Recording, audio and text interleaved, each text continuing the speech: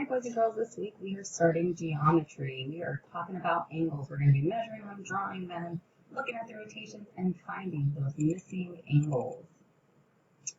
So you're going to have some new vocabulary words. I would recommend pausing this and writing them down. So we have our first one, angle. An angle is a figure formed by two rays that share the same endpoint. The rays are called the sides of the angle. So they're the lines. The vertex, or the vertices, is the common endpoint.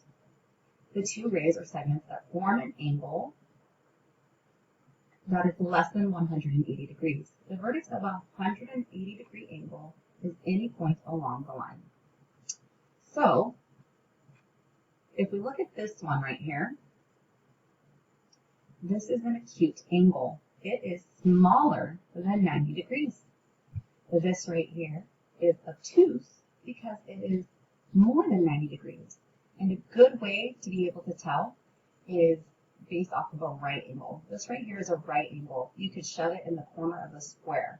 So this is 90 degrees. So if it's open more than a square, then it is obtuse. If it's smaller than a square, it's acute. So whenever you're looking at angles, think about, oh, can I make a square? Is it smaller than a square or bigger than a square?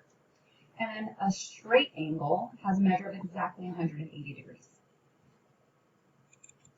So angle rotations, if the angle opens, if it's like this, like we said, it makes a square, it's 90 degrees. If it rotates even further open, it's 180 degrees.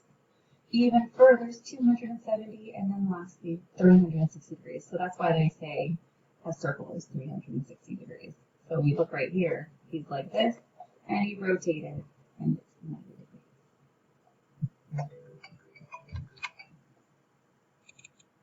So how do we measure angles? These are super confusing. I don't know about you guys.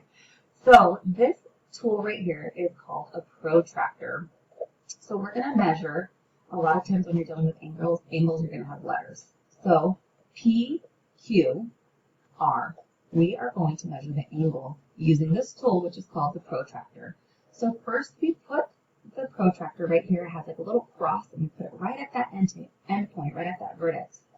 So if it's right there at that vertex, the endpoint, wherever it opens up at, is our angle.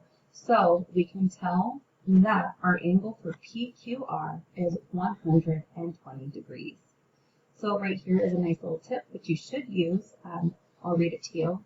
You can measure any angle by lining up one ray with any friendly degree measure on the protractor. Remember to place the origin over the angle's vertex. Remember, the vertex is where the two lines meet, the two rays meet.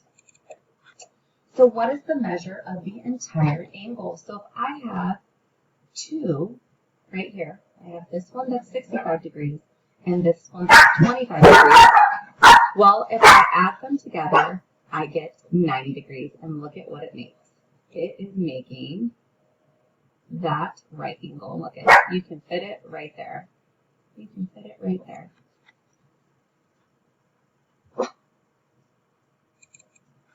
So what is the missing angle here? What is the missing angle here?